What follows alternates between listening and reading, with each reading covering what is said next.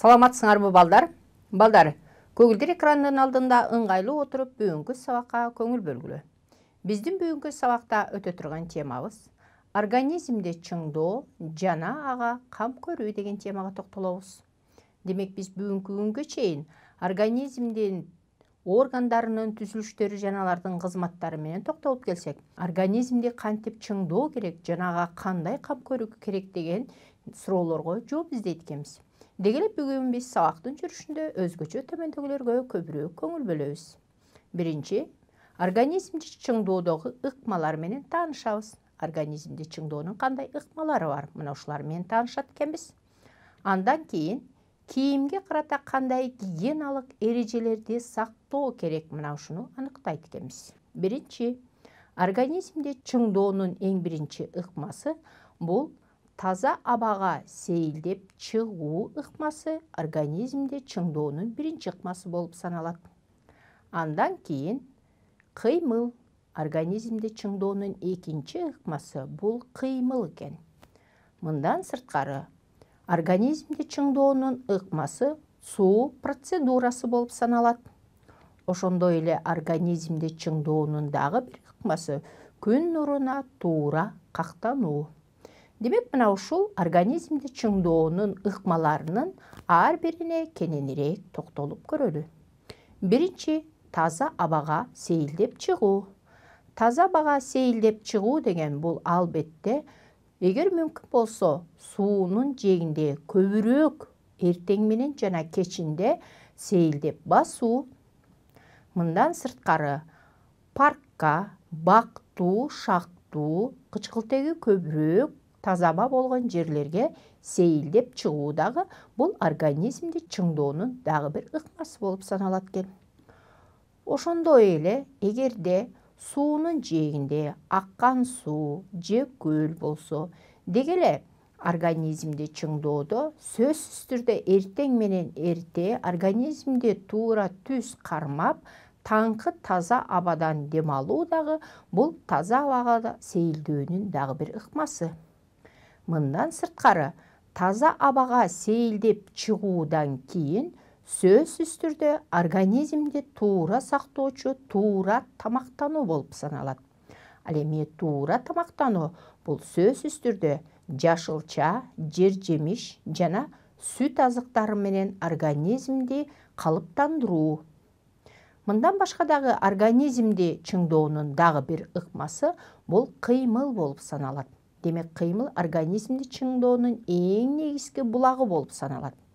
Кыймылга албетте көнүгүүлөр, ошондой эле бир жерде таза абада туруп басуу же чуркоо ордунда туруп, же болбосо бул көлдүн жээгинде же суунун жээгинде эгер мүмкүнчүлүк болсо чуркоо, мына бул дагы кыймыл организмдин чыңдоонун негизги булагы. Деги эле ушул организмди чыңдоонун ыкмаларынын бирин биз кыймыл деп токтолгонбуз. Кыймылга сөзсүз түрдө ар бир адам организмди чыңдоодо ар кандай денени калыптандыруучу, кан айлануу системасын жакшыртуучу, нерв системасын жана эртең мененки көнүгүү ушул мээнин калыптануусун жөнгө салуусу болуп саналат. Мында сөзсүз түрдө эртең менен эрте бул адам эртең мененки көнүгүүнү жасаш керек. Эртең мененки көнүгүү силер көрүп тургандай колго, бутка, белге, моюнга жана таманга көнүгүү жазуу ыкмалары бул организмди чыңдоонун кыймылдык ыкмаларынын бири болуп саналат экен. Сөзсүз түрдө ар бир адам мына ушул кыймыл аракетти чыңдоочу ыкмалар менен күнүгө көнүгүү жасаса, анда кечке чейин ал адам өзүн жакшы жана сергек сезип жүрөт. Демек, бул бөлмөнүн ичиндеги жазалуучу кыймыл ыкмалары болуп саналат экен. Бул кыймыл ыкмаларында азыр силер бул көрсөтүп аткандай, көнүгүүдө көрсөтүп жаткандай, бутка, колго, денеге, ошондой эле колдорго туура көнүгүү жасоо мына ушул организмди чыңдоодогу эң негизги ыкмалардын бири болуп саналат экен. Демек, бұл жерде сіздер көріп атқан ошол организмде түз кармап туура кыймыл жасоо. Мындан башка дагы адамдын организмдеги эң негизги ыкма бул суу процедурасы. Суу процедурасында сөзсүз түрдө эртең менен эрте көнүгүү жасалып бүткөндөн кийин бул биринчи күнү адам 35 суунун температурасы 35 градус болгон сууга түшүү керек. Экинчи күнү 33 градустук температурага түшүү. Андан кийин силер көргөндөй 30-32 градус температураны берип турган суунун процедурасын пайдалануу. Негизи суу процедурасы деген бул мисалы үчүн организмди чыңдоодогу эң негизги ыкмалардын бири болуп саналат. Мисалы үчүн бул мейли бала кичинекей мектеп партасында окуган бала болсун, чоң адам болсун, мына ушул организм чыңдоодогу эң негизги ыкма ушул суу процедурасы, жобосо кыймыл процедурасынан кийинки суу процедурасы болуп саналат экен. Бул организмди чыңдоо ыкмаларынын эң негизгиси болуп саналат экен. Эгерде ошол сууга түшүүдө бассейн жок болсо, же болбосо ванна жок болсо, анда силер жаңы тасманын башында көргөндөй сөзсүз түрдө анда душту, же болбосо бул баштан ылдый суу куюу, бул дагы суу процедурасынын эң негизги ыкмаларынын бири болуп саналат экен. Суу процедурасындагы бул организмди чыңдоо эле болуп саналбастан, ошол теринин бетиндеги ар кандай микроорганизмдерди баштан ылдый куюлган, душтагы катуу куюлган суу тазалоо болуп саналат. Ошондой эле мына ошол суу процедурасында кабыл алынган ар бир тамчынын денеге тийиши бул кан тамырлардагы кандын айланышына жакшы таасир берет экен. Демек, сөзсүз түрдө бул организмди чыңдоо ыкмасындагы суу процедурасын сөзсүз түрдө биздин күнүмдүк режимибизге киргизүүгө аракет кылышыбыз керек экен. Суу процедурасынан башка дагы күн нуруна кактануу деген процедураны кабыл алдык. Мына ушул боюнча мен силерге төмөндөгүдөй бир суроо дайындадым. Бул суроого жооп берип, андан кийин сабагыбызды уланталы. Анда менин силерге бере турган суроом төмөндөгү. Адам үчүн күн нурунун кандай пайдасы бар? Адам үчүн күн нурунун кандай пайдасы бар? Эмне үчүн биз күн нуруна кактанууну дагы организмди чыңдоодогу эң негизги ыкма деп колдондук. Буга денени жылытат. Адам үчүн күн нурунун кандай пайдасы бар дегенде, экинчи, меланин пигменти калыптанат организмде, D витамини калыптанат, териде В витамини калыптанат. Демек, бул жерде 4 вариант турат бул суроого. Астында ушул суроого жооп берүүчү 2 вариант турат. 2 варианттын кайсы варианты бул суроого туура жооп берүүчү вариант болуп эсептелет? Адам үчүн күн нурунун кандай пайдасы бар дейт? Денени жылытабы, меланин пигментин калыптандырабы, D витаминин калыптандырабы, же териде В витаминин калыптандырабы? Албетте, бул суроону бардыгыңар ойлонуп жатат болушуңар керек. Бул суроонун туура жообун мен силерге көрсөтүп коеюн. Адам үчүн күн нурунун эң негизги пайдасы кайсы дегенде, албетте бул адамдын организми үчүн меланин пигментин калыптандыруучу жана териде D витаминин калыптандыруучу бул күндүн нуру аркылуу гана ишке ашырылат. Негизинен меланин пигменти деген бул организмди коргоо кызматын аткаруучу пигменттин териде бөлүнүп чыгышы.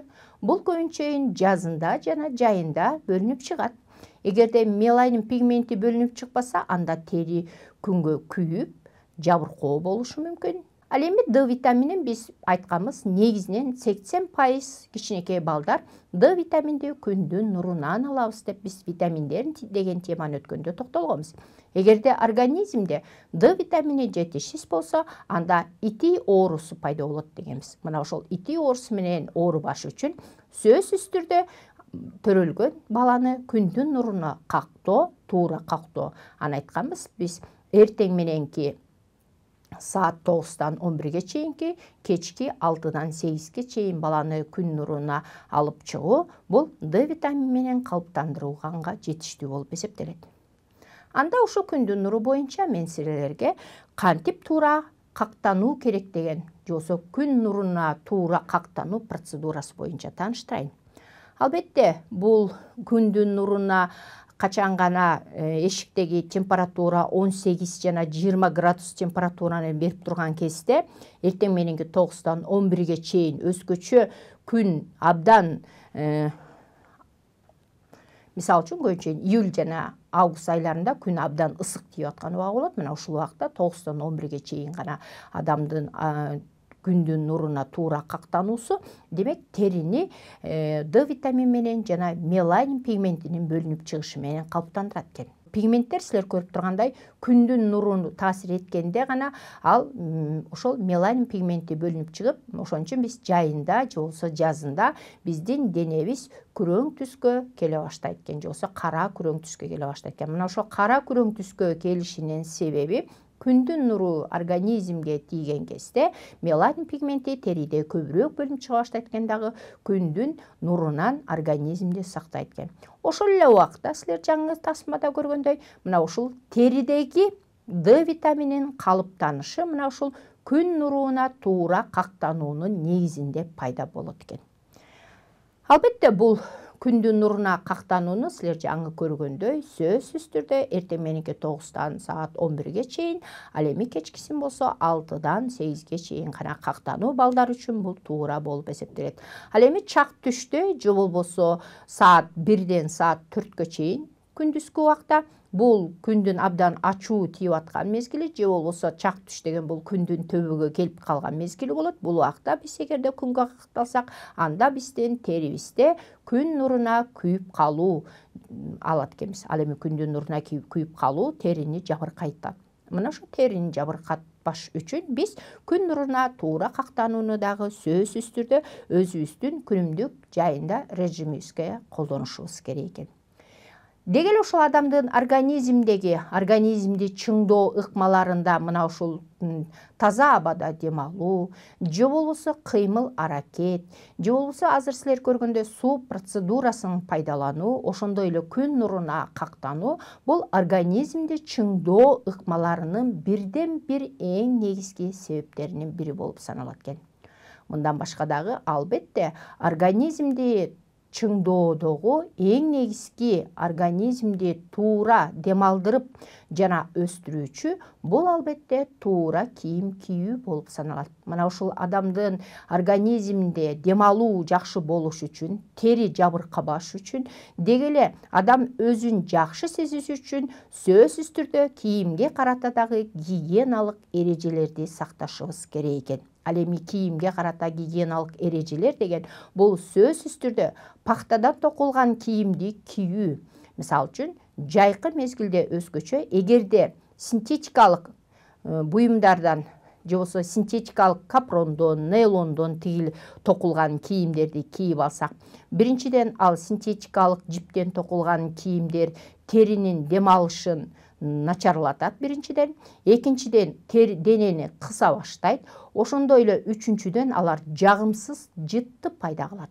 Ал эми пахтадан токулган же болбосо лен деп аталат, мына лен кийимдер, ошондой эле жүндөн токулган кийимдер бул денени дем алдырууга, терини жакшы суу бууландырган кезде, терини бууландырган кезде сыртка бөлүп чыгаруусуна бул туура же болбосо накта жиптен токулган кийимдер бул эң негизги организмди чыңдоодогу эң негизги себептердин бири болуп саналат экен. Мындан башка дагы албетте кийимге карата гигиеналык эрежелер бул өспүрүмдөр үчүн эле эмес, жаңы төрөлгөн балдар үчүн дагы кийимди туура тандоо бул гигиеналык эрежелердин эң негизги себеби. Себеп дегенде ушул кичинекей бала төрөлгөндө кие турган кийимдери сөзсүз түрдө пахтадан токулган, жүндөн токулган же болбосо лендон токулган кийимдер ал баланын терисин биринчиден аллергия кылбайт, дүүрүктүрбөйт, экинчиден терини жакшы дем алдырат, эгерде абдан ысыса суунун бууланышын жакшы өткөрөт. Демек, кийимге карата дагы гигиеналык эрежелер бул организмди чыңдоодогу кам көрүүнүн дагы бир ыкмасынын бири болуп саналат экен. Ал эми кышкысын болсо сөзсүз түрдө жүндөн токулган же болбосо пахтадан токулган жумшак денеге жылуулукту да сактай турган, муздакты териге өткөрбөй турган, жүндөн токулган, пахтадан токулган кийимдерди кийүү бул дагы ошол туура кийим кийгенге карата гигиеналык эрежелердин бири болуп саналат экен. Албетте бул кийимди ошол пахтадан, жүндөн, лёндон токулган кийимдерди кийгенде ар бир балага, өспүрүмгө жана кичинекей балага болсо дагы жарашыктуу, тыкан, өзүнүн жаш өзгөчөлүктөрүнө жараша тандоо дагы эң негизги гигиеналык эрежелердин бири болуп саналат. Мындан башка дагы эгер ошол кийимди эгерде денеге тар кийим кийип алсак, же болбосо өтө эле чоң кийим кийип алсак, анда дененин өсүшүнө дагы терс таасир бере баштайт экен. Эгерде ошо денени кыскан кийимди кийсеңер, силер көрүп тургандай, адамдын дем алуу органы абдан кыйындай баштайт экен дагы. Бул жерде көкүрөктүн артка тартылып, жана далынын артка чыгышы, баштын моюндун ылдыйга кетиши дагы ошол туура эмес кийим кийип дем алуунун кыйындашынын негизинде пайда болгон экен. Демек анда организмди чыңдоо ыкмаларына бул эң биринчи таза абада сейилдөө, кыймыл аракет, суу процедурасы, күн нуруна кактануу жана туура кийим кийүү организмди чыңдоонун ыкмалары болуп саналат экен. Албетте, мындан башка дагы туура тамактануу. Туура тамактануу дегенде ар бир мезгилге карата азыктануунун дагы өзүнүн эрежеси бар. Муну биз бүгүнкү күнгө чейинки темаларда да токтолуп келгенбиз. Мисалы үчүн күндүн ысык күнүндө же болбосо жайында сөзсүз түрдө суусундукту көбүрөөк колдонушубуз керек. Себеп дегенде канчалык температура, абанын температурасы жогору болсо, ошончолук организмде суу көп бууланат. Ал эми организмде суу белгилүү өлчөмдө дайыма кармалып туруш керек. Ал кармалып туруш үчүн биз туура же болбосо ошол суу менен организмди дагы туура камсыздандырып, мөмө жемиш, жер жемиштерди көбүрөөк колдонушубуз керек экен. Анда мына ушул бүгүнкү биздин организмди чыңдоо жанага кам көрүү деген тема боюнча жыйынтыктоо иретинде мен силерге төмөндөгүдөй суроо дайындадым. Бул суроого көңүл бөлүп окуп жооп бергенге аракет кылып көргүлө. Синтетикалык кийимдин киши үчүн кандай зыяндуулугу бар? Биринчи, терди чогултат, денени кызат, жагымсыз жыт пайда кылат же баардык аталгандар бул суроого туура жооп болуп эсептелет. Демек, синтетикалык кийимдин киши үчүн кандай зыяндуулугу бар дейт. Бул жерде 4 вариант турат. 4 варианттын кайсы варианты бул суроого туура жооп берүүчү вариант болуп эсептелет.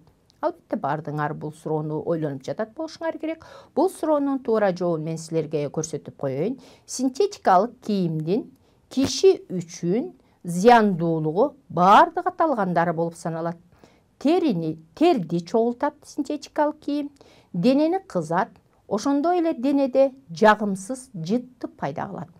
Анда биз сөзсүз түрдө синтетикалык кийимдерди эмес, пахтадан токулган, жүндөн токулган, лёндон токулган, накта, жиптен токулган кийимдерди кийүү организмди чыңдоонун дагы бир ыкмасы болуп саналат экен. Мына балдар, мен бүгүн ушул менен бүгүнкү сабагымды аяктаймын. Ал эми силер жайдагы каникулуңарды ийгиликтүү жана көңүлдүү өткөрүп, ар күнгөр ден соолугуңарды чыңдап, кийинки окуу жылында организмдерди чыңдаган, толук витаминдүү болуп, жаңы окуу жылына келет болушуңар керек деп ишенемин. Анда саламатта калгыла. Кийинки жылы жолугушканга чейин.